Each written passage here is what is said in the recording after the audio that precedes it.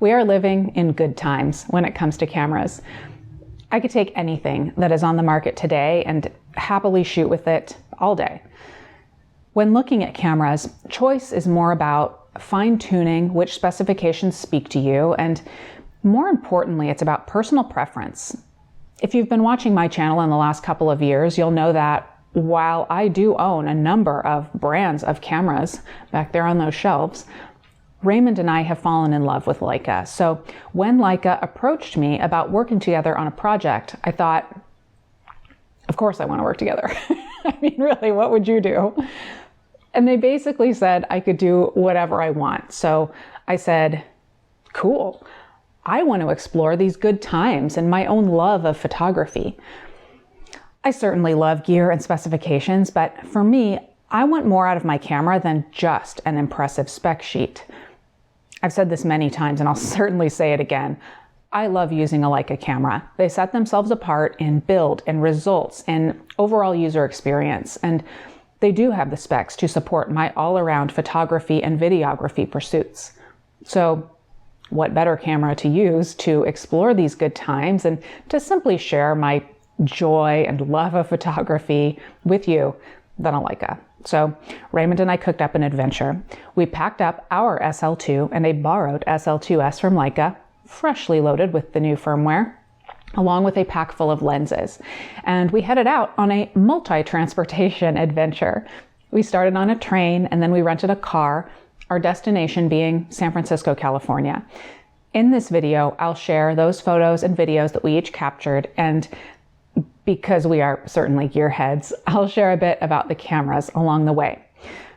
I obviously purchased the SL2. You can see how much I love it in my review of it.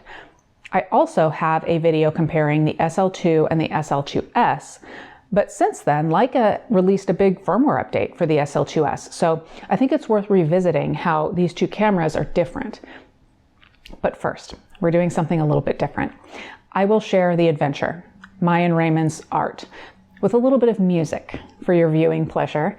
You can see what these cameras can do, and then I will come back around and I have 3 stories from the trip for you, each of which emphasized to me the strengths of these cameras and who they might be good for that I had not previously considered, and how the new firmware update for the SL2-S transformed it into a really nice camera for travel and all-around photography and videography. I'm going to assume that you generally know about these cameras. If you do not, I will give you a quick primer, but you may want to check out my first comparison video. I will link to it in the description of this video, but don't go yet. Let's see what these cameras can do.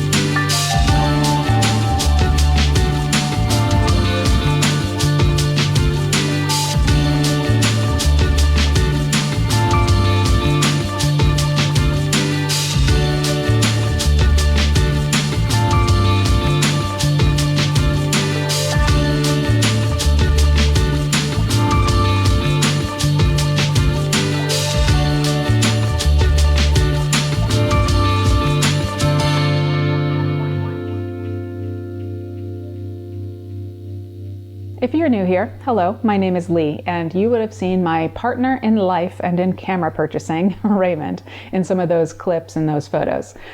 I share videos every week on anything where you might have a camera in your hand. If you like the sound of that, subscribe. But back to this video and a quick primer on these two camera bodies. These are both full frame bodies. The SL2 has nearly twice the pixels of the SL2-S. The SL2-S has increased ISO range and a newer type of sensor for Leica, but they both have a ton of capability in image quality and in video. They both have in-body image stabilization. They both have the same robust body and intuitive menu interface. In the past, I've used both for studio portraiture, landscapes, street photography, wildlife. They are both superb all-around cameras that stand the test of time. And that's pretty much all you need to know for now. Let me tell you my first story. We met a couple from Las Vegas on the train at dinner, and as Raymond and I sat down with our Leica cameras, the gentleman sat down with his Canon DSLR. Of course, we immediately started talking about cameras. He said he had done some event photography, but he largely takes photos for the fun of it. And he said, I'm just not ready to go mirrorless. And he kind of brushed them off as though mirrorless cameras aren't as good. I told him to shoot what he likes, because why bother with a camera that you don't enjoy? But the cameras were a great icebreaker, and we went on to have a lovely dinner talking about all sorts of things. You meet the nicest people on the train. And after dinner, in our little roomette on the train, I kept thinking that it was funny timing that we ran into this couple and that this new friend had unknowingly sparked a realization in me. A timely realization at that, considering that I was working on this project. My realization was, the SL bodies solve a lot of the issues that I've heard from people over the years that are still holding on to their DSLRs, wanting a new camera, but not being satisfied with the newer mirrorless systems that they looked at. I've heard things like, mirrorless cameras are too small, or they feel insubstantial in their hands. Maybe they think the grip of these newer cameras isn't deep enough. They don't feel like they can get a good handle on the camera.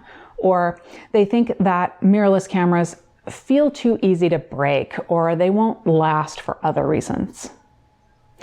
These bodies are all metal, weather sealed with an IP54 rating, and they are sizable with a deep grip that makes the camera really easy to hold on to.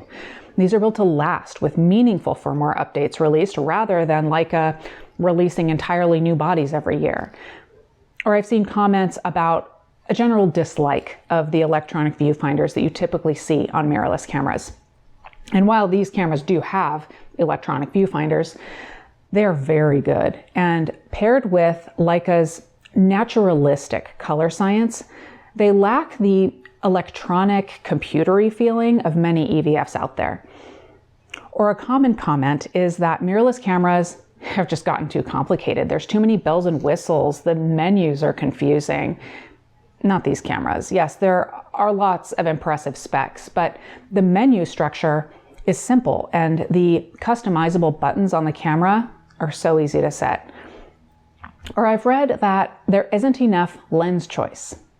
Leica not only has a collection of beautiful L-mount lenses, they also offer an M-mount adapter so that you can use the entire legacy of M-mount lenses on the L-mount SL bodies. I did, and it's awesome. And then there's even the entire collection of lenses by Panasonic and Sigma through the L-mount Alliance. So if you are one of the people out there wanting a new camera, but not being satisfied with the mirrorless cameras that you see, check out the SL2 and the SL2-S. It could be the answer for you, especially if you're someone who does want to hold on to your camera kit for years. This could be your investment. All right, story number 2. This was in San Francisco. I was grabbing quick street shots on the way to and from a shop in the city while Raymond literally drove around the block in our tiny rental car because the parking situation was so rough. And a gentleman stopped me on the street. He waved me over and he basically said, "That's a beautiful camera. What is it?" I was using the SL2-S, the M-mount adapter, and the 35mm f1.4 Summilux M-mount lens. Side note, I'll tell you, I am never asked more about what I'm shooting with than when I have a Leica around my neck. It's pretty funny because even though I've read a good few commenters on this channel scoffing at the idea that I would love the industrial design of Leica cameras and put worth in that appeal, apparently I'm not the only one who thinks these cameras are a work of art. Anyway, this gentleman, Brent, admired the camera and told me about his photography and how he was running into issues with certain clients wanting him to use a certain type of camera, even though he liked using what he had and he gets great results with it. I basically told him the same thing as the gentleman on the train. Shoot what you enjoy using. If you get great results, the specifications shouldn't matter. But I also told him that the SL2-S that I was using isn't as costly as he might imagine while still being a powerhouse. It's more attainable than many other Leica bodies. And what's more, you remember the L-mount alliance that I mentioned a moment ago? You might purchase a Leica lens or two because they're phenomenal, but then you might fill out your kit with Sigma or Panasonic L-mount lenses, which are more economical, or any number of independent lens manufacturers who produce M-mount lenses. And story number 3, my own story and how I saw the SL2-S firmware update bring the SL2-S into its own. When I received this loaner SL2-S, I set it up the same way as I have my own SL2, with the same button, dial, and menu settings. That way, as Raymond and I were switching cameras back and forth during the trip, it didn't really matter which camera I had in my hands. I knew which buttons to press to make quick settings changes. Being nimble like that is important in my work because I never know what's around the corner for me to photograph, and I do switch back and forth between photo and video. Actually, when we changed trains in LA, we only had a few minutes to run around with our cameras, dragging our suitcases behind us. I had no problem switching back and forth between photo and video, getting those quick shots. And I was even using the 35mm manual focus M-mount lens. All of that to say that the cameras don't get in my way or take a lot of effort to use. I am able to tune out and simply enjoy creating my art. I can rely on them because they have the specifications and that beautiful natural color science, but it doesn't feel like a computer in my hands. So while I was using the cameras, there were few situations where it mattered which camera I had in my hands. They both will capture most anything most of the time, but then I really realized the difference in the SL2-S when back at the room every night, transferring memory card contents to the computer. The SL2-S files were so much quicker to transfer because they're smaller, both photo and video. The still image files are smaller because the sensor of the SL2-S has fewer pixels than the SL2, but the video files were smaller because of the firmware update I mentioned, firmware 2.0. It added a long GOP option for capturing 10-bit 422 4K 30p or 10-bit 420 4K 60p to the memory card in the SL2-S. And I know those numbers might be gibberish to you, so let's take it step by step. I share my videos here on YouTube in 4K 30 frames per second, so I was able to shoot 4K video at 60 frames per second in the SL2-S, which is great for slowing down to half speed when including them in my videos. And on top of that, it's 10-bit video, which has much more latitude to color grade in post-processing. That is incredibly helpful for my work because I am shooting in all kinds of conditions, and it makes it easier to correct and really put my own creative spin on in post. And what's more, the long GOP option makes the files about half the size of the all-intra spec that the SL2-S was limited to prior to the firmware, while still maintaining the quality. Now the SL2's video features are nothing to sniff at. I can capture 10-bit 422 4K 30p to the card, but it is all intra. Or I can shoot 4K 60p to the card, but it's limited to 8-bit. So the important thing to understand is I have more video capability in smaller file sizes on the SL2-S. And that, along with the smaller still image file sizes, enable me to fit more files on a memory card and then on my computer, and it's much quicker to transfer those files. And those things are just really nice while traveling. Of course, the strength of the SL2 remains. It has a lot more pixels. The SL2 has 47 megapixels and the SL2S has 24. That means more ability to crop, and I do make use of that ability. I certainly did on this trip, especially with wildlife. I may not have a lens long enough to really zoom into the animals, but I can crop in post-processing and retain detail. In fact, even using an APS-C crop with the SL2, you utilize 20.2 megapixels. Obviously, you can still crop with the 24 megapixel sensor of the SL2S. You simply have a lot more latitude to do so with the SL2. I obviously didn't go down the list of specifications of these cameras and address every one. I didn't address all of the SL2S firmware update changes. That really wasn't the point of this video. This was really my love letter to photography and to Leica cameras. I feel passionately about this. They are a joy to use, and they have the specifications to back it up. In-body image stabilization, the beautiful natural color, the ease of use, I could go on. I certainly can't tell if one of these cameras is right for you. No one can. You'll have to check out the specs, get them in your hands to see if you like using them, and then you'll know. A few more things before I go. Raymond and I did use some wonderful Leica glass on this trip. I will link the camera bodies and the lenses that we used in the description of this video, along with my initial comparison of the SL2 and the SL2S, though keep in mind that that was prior to the firmware update. We are working on reviews of each of these lenses, including Leica's new 24 to 70 millimeter f2.8 Vario, so make sure you're subscribed. In fact, there was an entire second part of this trip further north in California that was not sponsored by Leica, but we still had the gear with us, so you know we made use of it. You'll see photos and videos from that part of the trip in these lens reviews. And before you go, I would love to hear from you in the comments. What do you think?